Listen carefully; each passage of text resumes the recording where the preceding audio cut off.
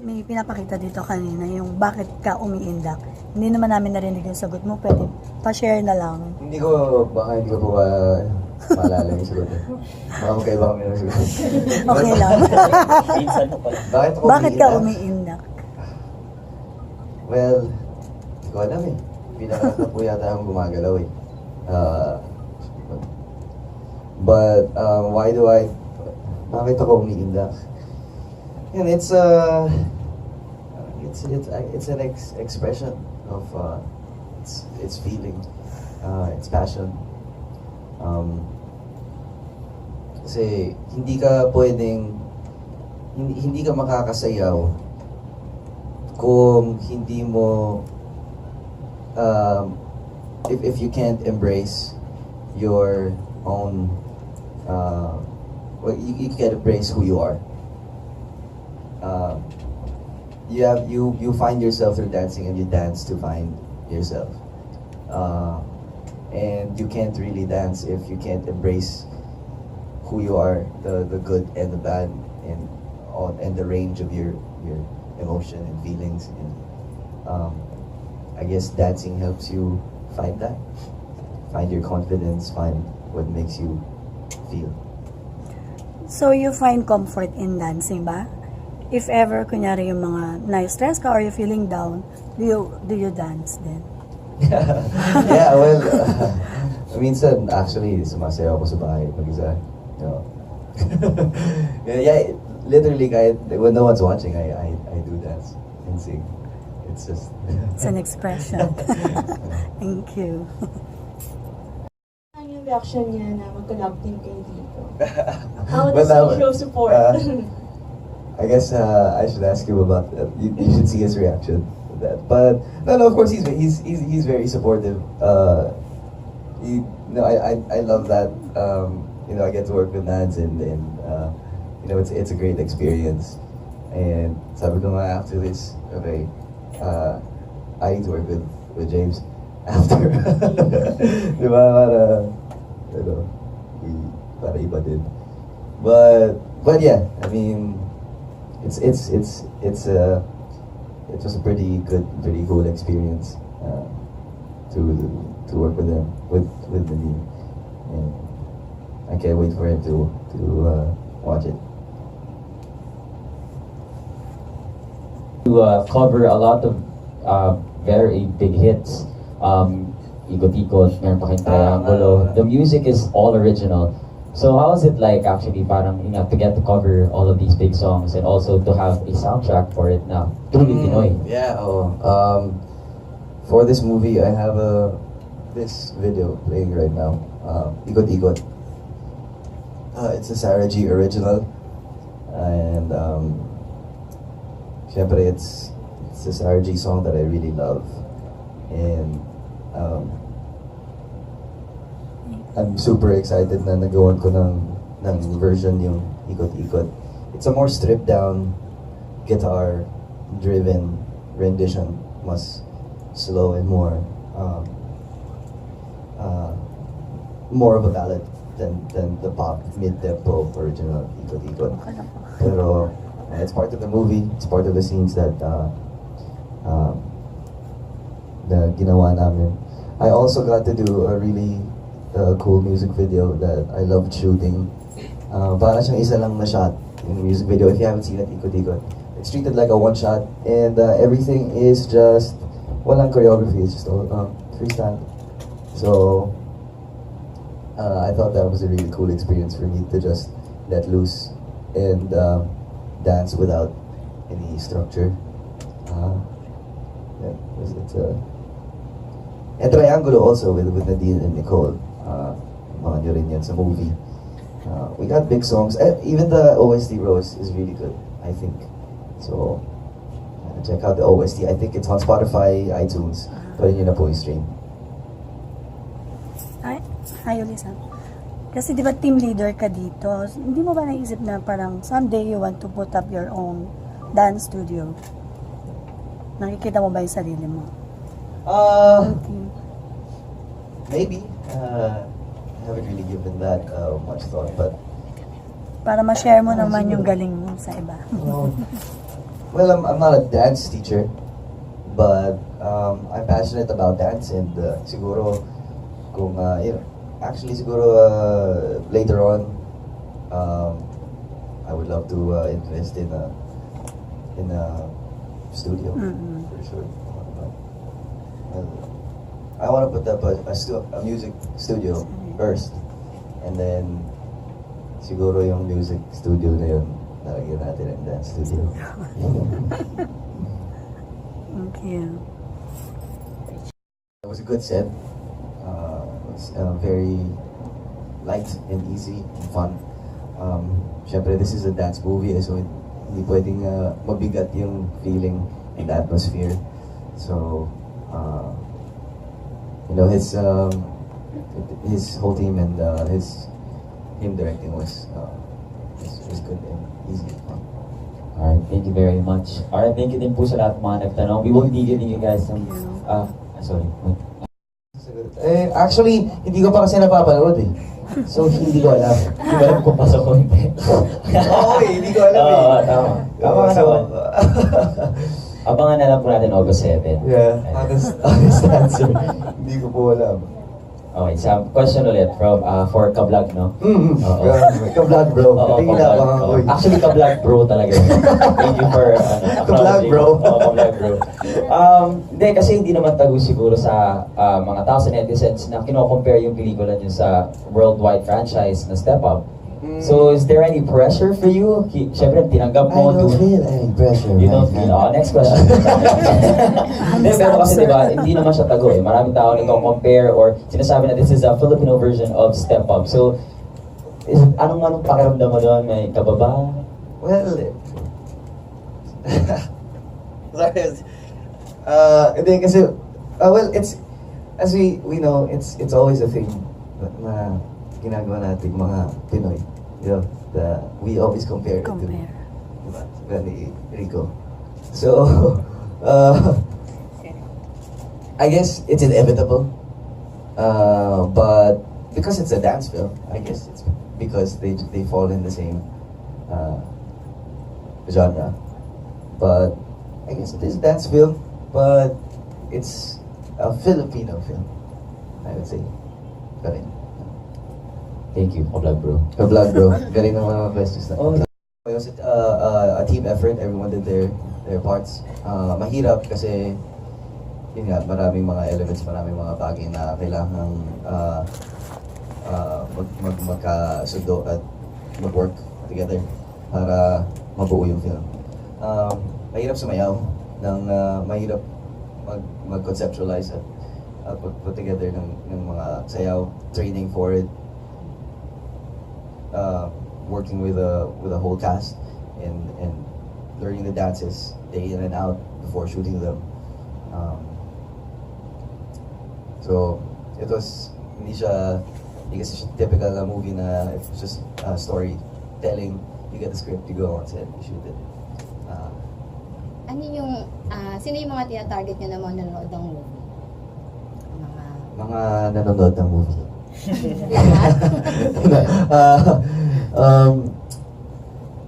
Well, dancers,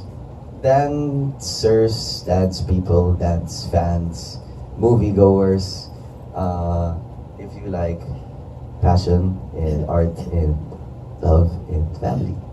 Oh, I think actually hindi ko siya categorize and just say, okay, this is for kids or this is for, you know, adults.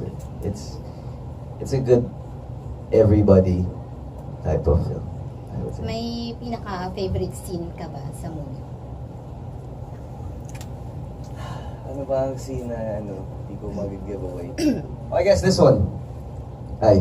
Well, yan na lang, sige. Yeah, we shot in Korea. Nag-shoot kami sa Korea. Yung ibang scenes, kinuna namin doon. Kami ni Nadine. It's always nice to shoot sa ibang bansa. And it's a different atmosphere, it's a different feel. Hi Sam, here. How did you prepare emotionally and physically for this project? Okay, well, well, okay. There's a, we had a lot of dance rehearsals, training. I think that's how we prepared physically for it, building up stamina. Dancing is a sport, so kung if you get into a sport, kailangan kondisyon yung katawan mo. So it was a lot of conditioning and practice. Emotionally,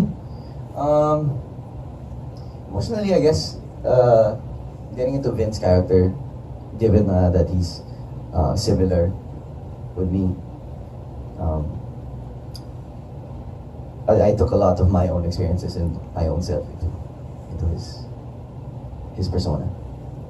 In this movie ba, love interest mo si Nadine or hindi naman? Well, yes, yun may angle na gano'n in the movie because this is, I guess, like I said, it's a character in Vin. You know, he's a leader and marami siyang responsibilities, but I think love really is what keeps him stable. He cares a lot about people, and as Vin, he just wants to be maybe get to receive that love in return. So he goes over and above. Just to get that kind of love that he gives. So, Was it an advantage na parang friends na kayo ni Nadine? I mean, close kayo na nakatulong yun para mas mag-drive kayo in this work? of course, definitely. It's always easier to work with someone you know.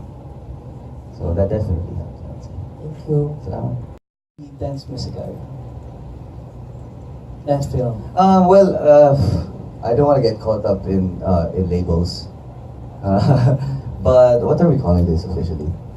Well, it's not here. It's not. Well, kasi I've done musical movies in the past, and you know the likes of I Doobie Doobie Doo, which is one of my favorite ones that I did. I think those yung mga movies na yun are essentially in they're musical movies. The music is what drives the story, and yun yung pinaka spine of the movie. But I think for in this movie, what makes it a dance movie is because of the dancing. So it's heavy on dancing, and it's different from a true pure musical movie. If I'm making myself clear. Ito kasing genre na to, ito yung very rare magkaroon ng parang genre within the local movie. So, do you think parang ito yun na yung mag-start again sa mga ganitong klase ng genre? Because simula ng mga, ito, yung Indak. Well, syempre you hope to do that with any project. You hope that it makes its mark and starts.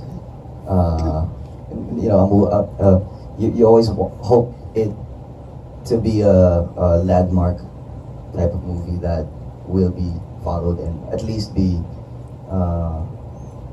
acknowledged for its genre. But I guess what it is coming into this film, it's just offering something new and different that we don't see often.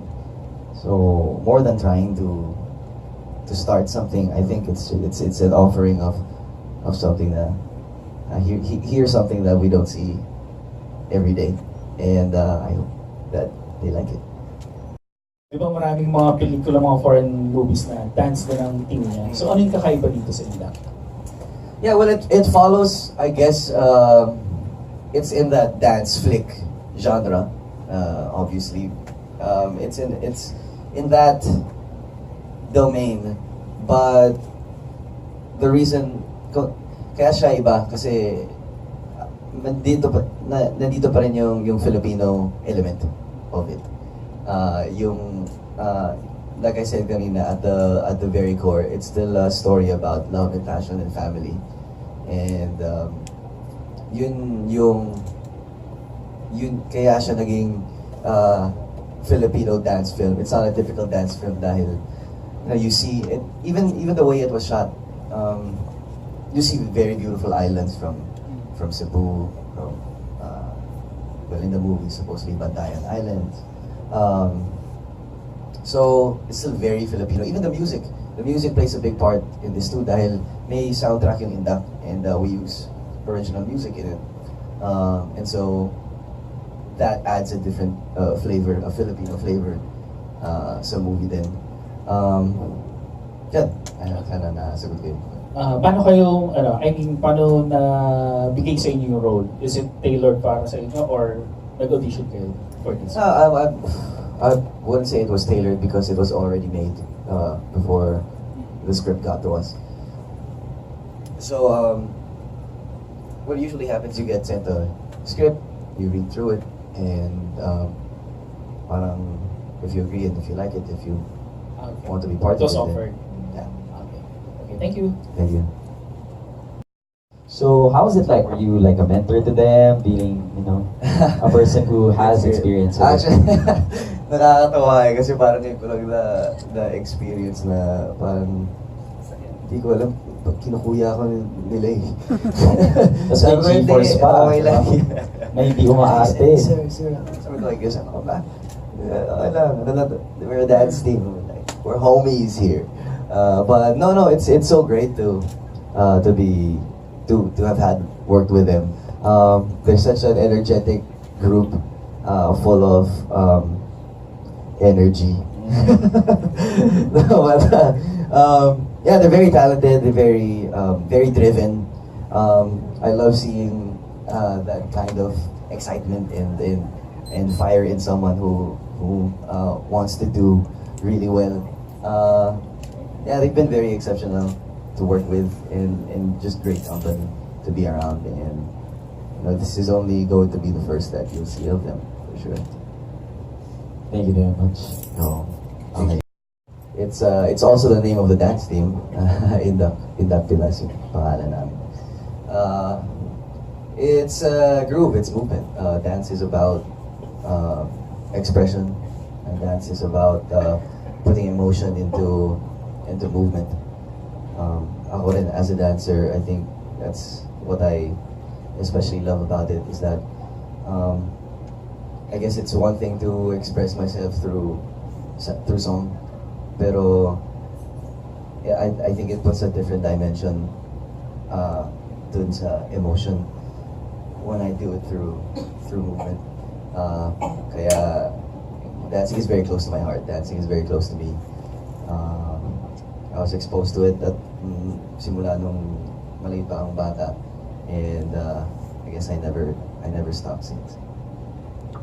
Ilang percent yung more on dance dito, tapos meron, ano pa ba ibang kasama niya? May drama ba? May pang family or?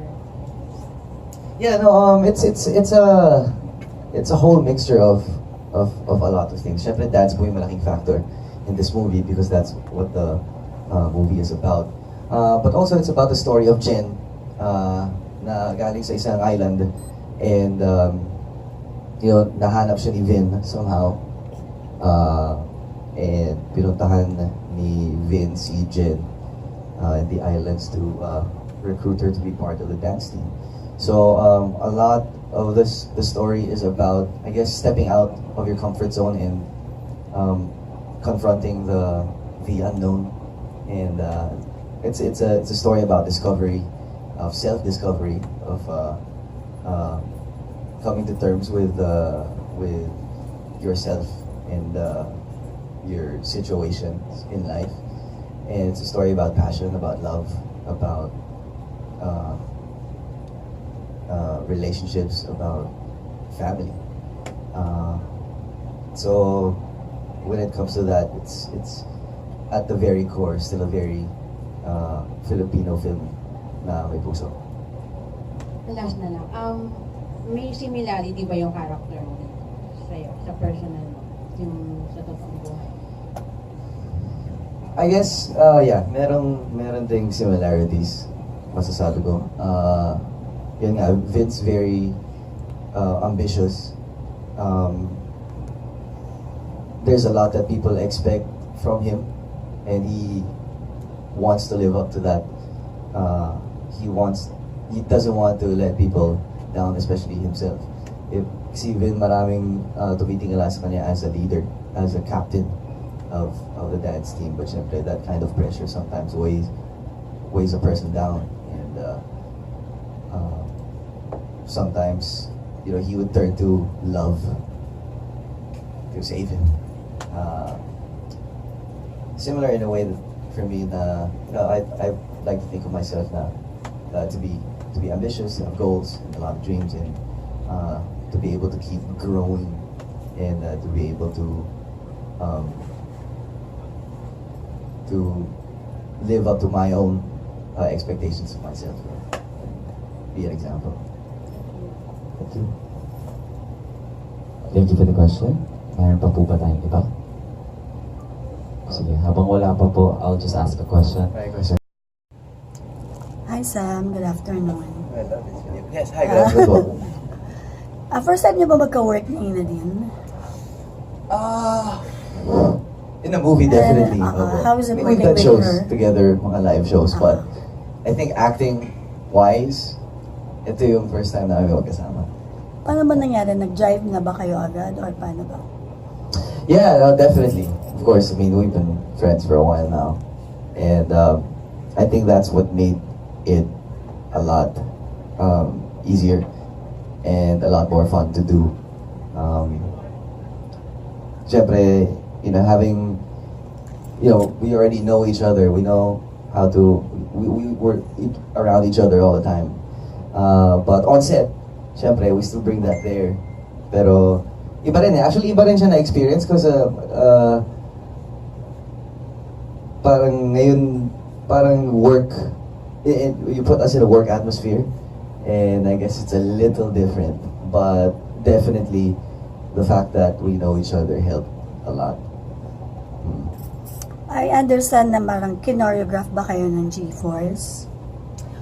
Yes, a lot of it is choreographed by the G-Force. They are the choreographers of this movie. And I think more importantly, yung chemistry of the whole group as a team, as a dance team, was the most important factor. We needed to learn how to dance as a group and as a team. Kasi if we're playing dancers in a dance team, I mean, that's a whole different story. It's a culture in itself. How we treat each other, how we greet each other, what dance artists do in their time at rehearsals outside. That's something we needed to do together. So part of that is the casting, G-Force coming together. Paano yun? Nagkaroon ba kayo ng parang choreo, sariling choreo nyo ni Nadine na kayong dalawa lang? Other than sa mga tinuno ng G-Force? Well, like yung mga moments na ganito, may mga moments that I freestyle something freestyle. para it's more organic and more alive. Especially kung yung context ng sayaw ay dahil, parang if it's an emotional scene that's done through dance. Okay, thank you. Jing Javier pala. Amazing Jing for life. Thank you. Thank you. Hi. Personally,